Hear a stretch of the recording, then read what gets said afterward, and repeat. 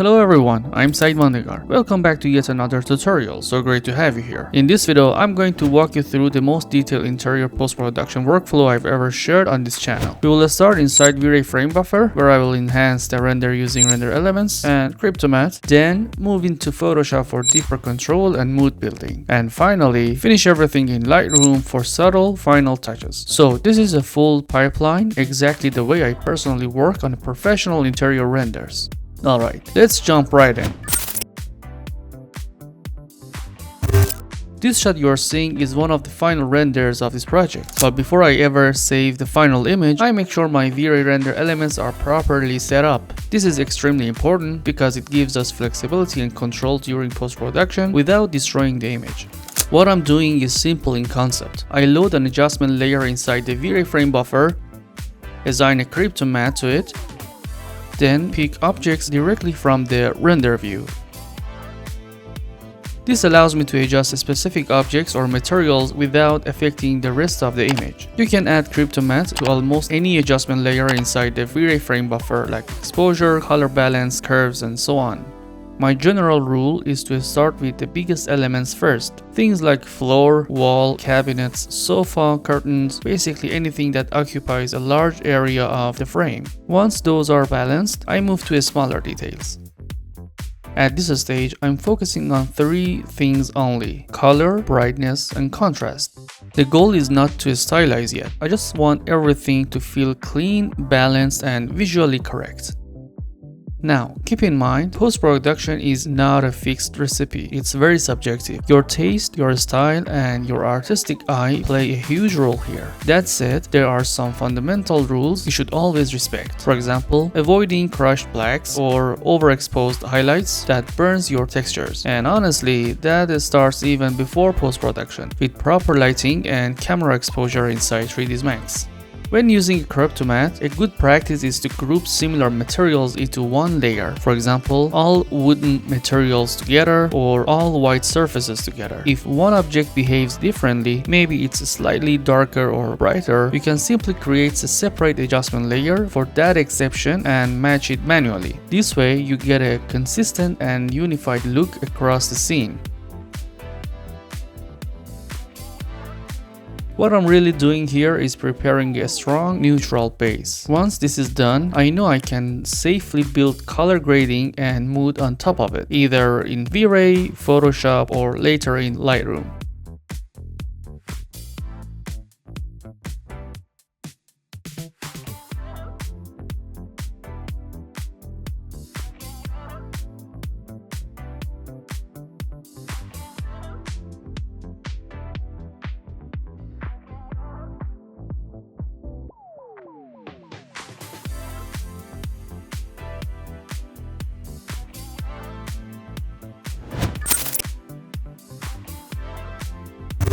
After the base corrections, I sometimes add a filmic tone to give the image a subtle cinematic feeling. This step is completely optional. You can skip it if you prefer a more realistic or commercial look.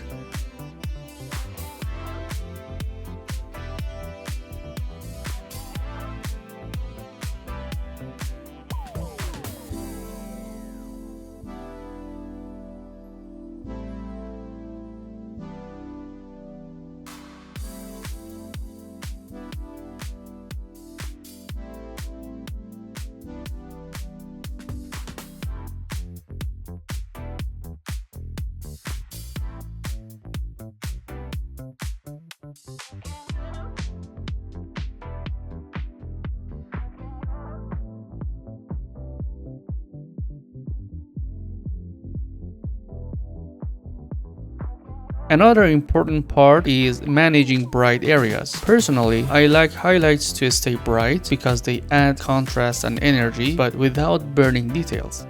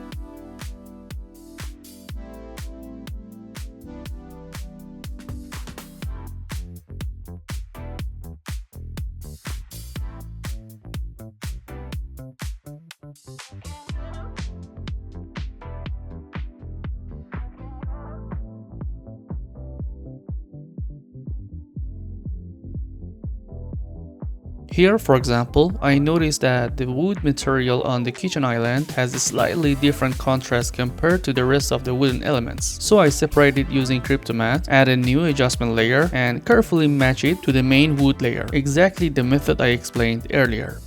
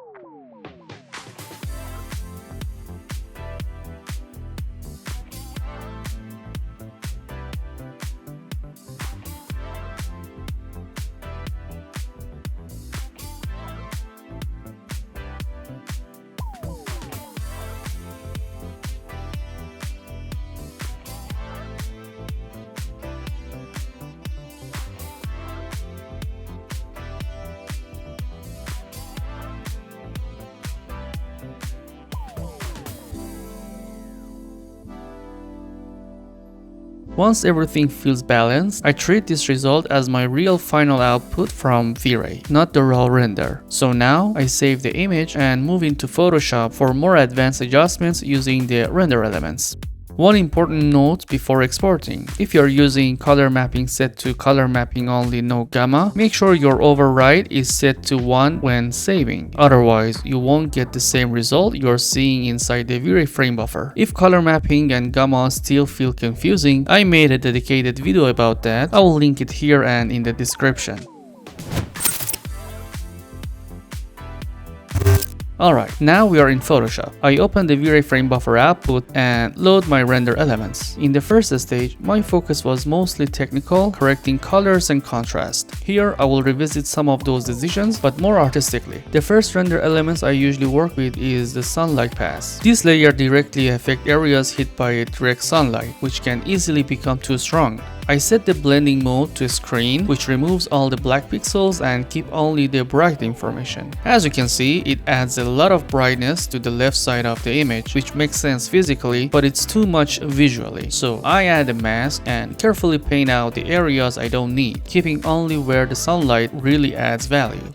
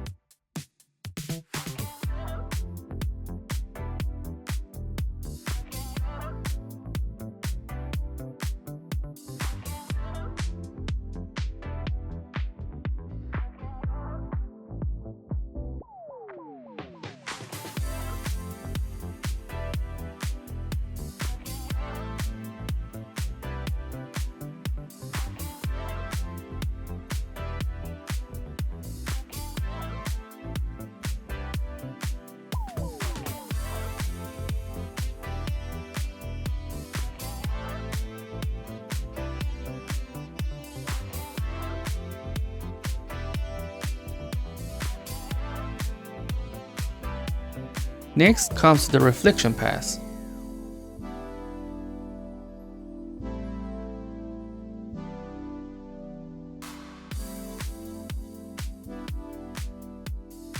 I also set this to screen, which enhances reflections on glossy and reflective surfaces. This step adds a lot of depth and realism because it emphasizes how light bounces inside the space. At this point, the image already feels more alive. Now I move into mood creation.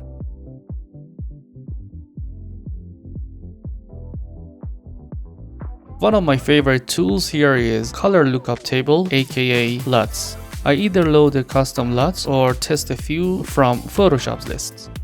Sometimes I keep it, sometimes I just use it for inspiration and turn it off, but it's a very fast way to explore different directions.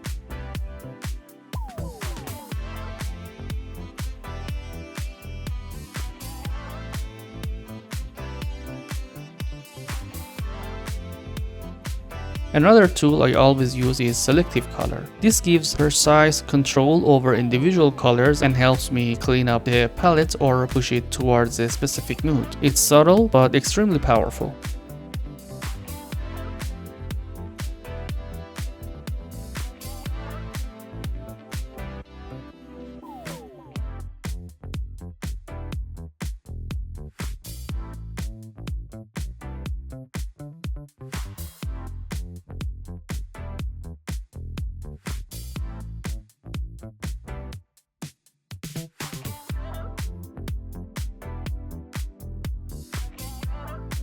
Next, I convert everything into a smart object so I can test the shadows and highlight too.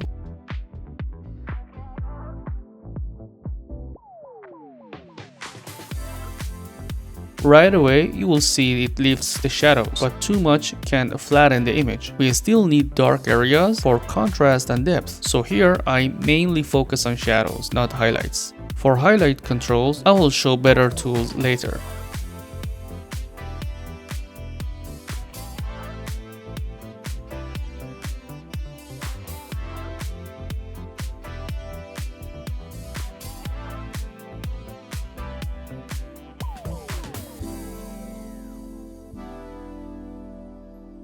I notice a strong black tone on the microwave that feels too heavy. Ideally, this correction should be done in V-Ray since it's a 64-bit workflow, but for demonstration, I will fix it here. I select it using Crypto Matte and apply a subtle exposure adjustment, just a gentle touch.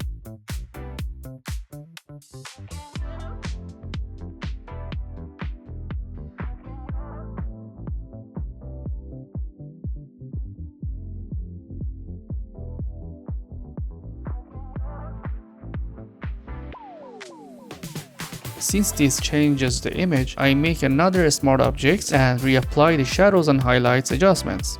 If it feels too strong, I simply lower the opacity or remove it completely. Once I'm happy, I export the image and move into Lightroom for the final polish.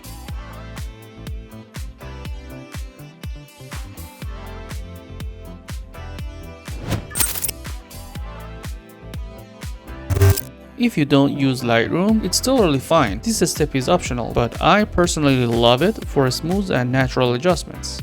Inside the Develop tab, you can get access to exposure, contrast, highlights, shadows, and color and contrast, all in one place. In newer version of Lightroom, you can also have AI denoise, which works incredibly well for final images. I actually like the result from auto mode here. It adds a nice warmth from the sunlight. I fine-tune the contrast to better blend tones.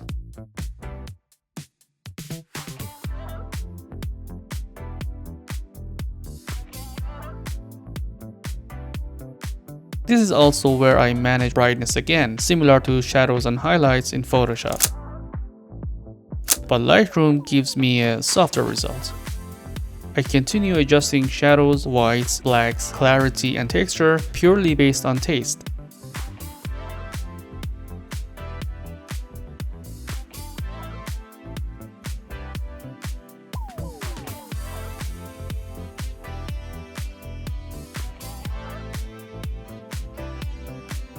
I usually reduce vibrance because I'm not a fan of overly saturated or harsh colors.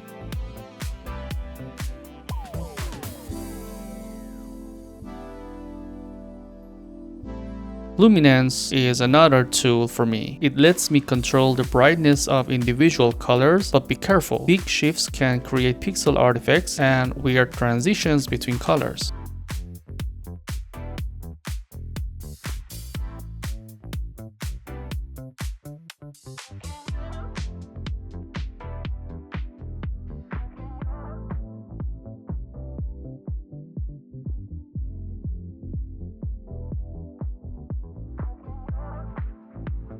Lens correction is mainly designed for real photos, but interestingly, it can help fix subtle camera distortions from rendering as well. Not mandatory, but worth testing.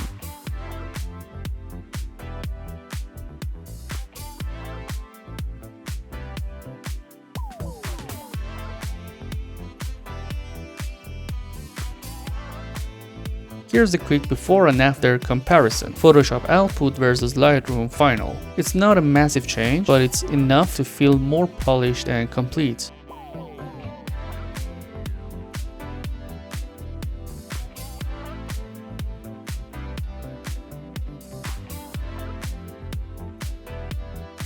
And that's it. This is the final step of my complete interior visualization workflow from 3ds Max all the way to Lightroom. If you follow the entire playlist, you will gain a solid understanding of interior 3D visualization as a full process, not just isolated steps.